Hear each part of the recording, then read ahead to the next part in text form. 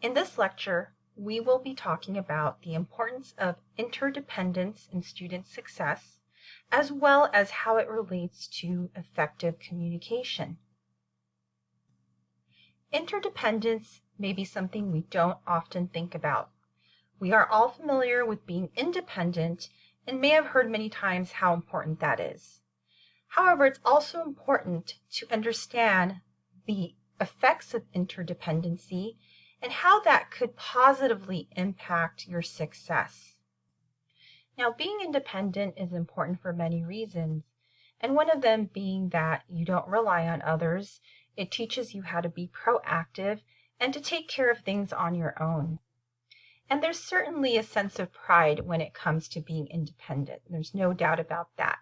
But we also want to make sure we recognize when we do need help and not to be afraid to ask for that help, especially when it does impact your ability to progress towards your goals.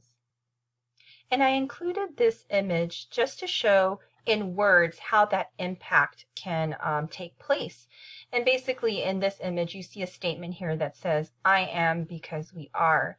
And I think this is an effective statement when it comes to explaining interdependency, just because it gives a really broad view about the cause and effect.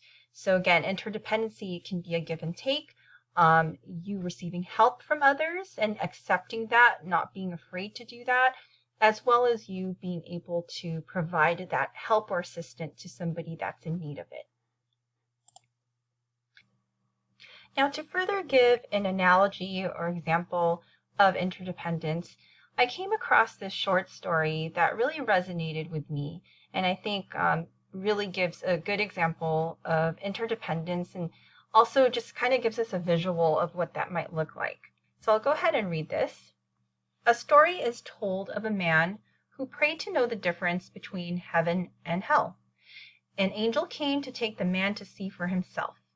In hell, the man saw a huge banquet table overflowing with beautifully prepared meats, vegetables, drinks, and desserts.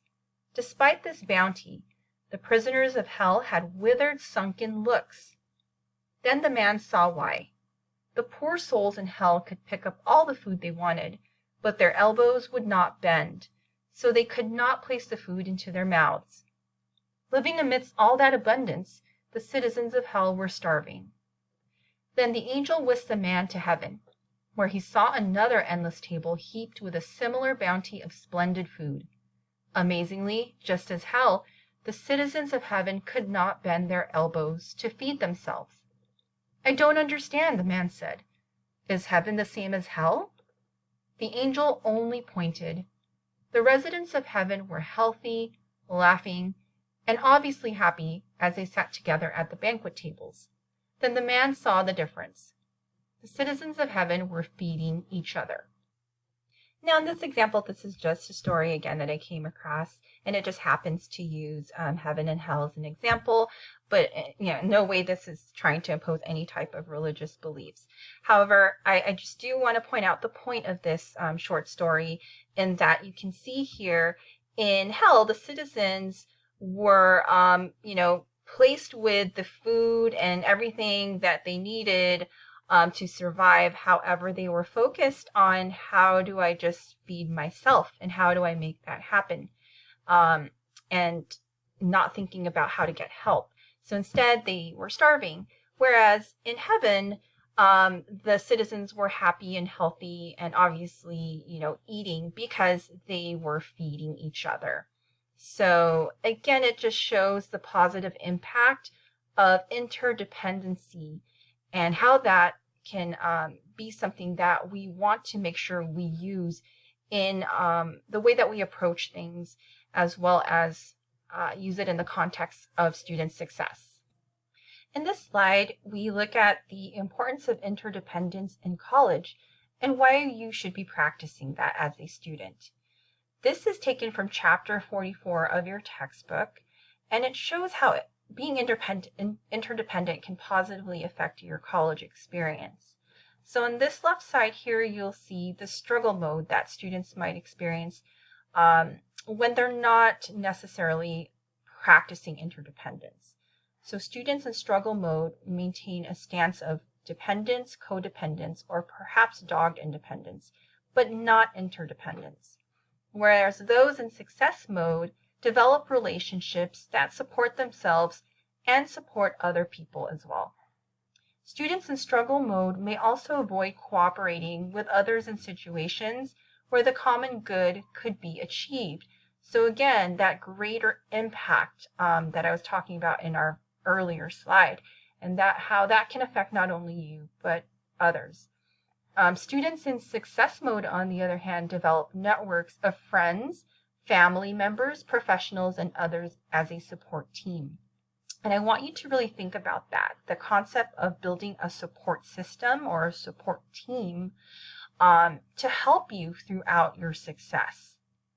Students in struggle mode may be reluctant to listen compassionately and attempt to understand the perspective of another. So this is where the communication piece becomes important, the ability to listen. Students in success mode actively and compassionately listen to others as an action of support. They demonstrate care and concern. So remember, effective communication doesn't only consist of what we say, but it also is important to recognize that listening and receiving the information is also just as important as sending the message or the information. Now in this slide, I want you to think about the relationships that you've built. It's possible that you already have interdependent relationships, which are great. But how do you view those? And how did you come to that point to determine that you need to practice interdependency? So again, interdependent relationships can exist in your personal, professional, and academic experiences. And what type of relationships does your support system consist of? So these are some of the reasons why you may have built interdependent relationships, or the opposite reason why you may have not. So the first bullet point here says, I can't achieve my goals by myself, so I choose to be dependent. Second, I make helping other people achieve their goals more important than achieving my own goals, so I choose to be codependent. By working hard, I can get some of what I want all by myself, so I choose to be independent.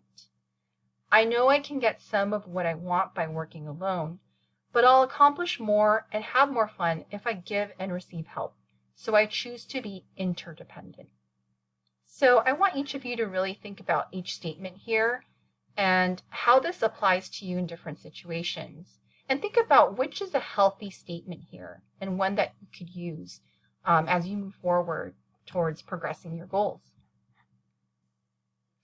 This next slide shows examples of how you can build a support system in college. So who's in your network? Who's there to be part of your support team? And what are their roles to help you achieve success? Now, many students choose to be independent in the college setting, and that's fine.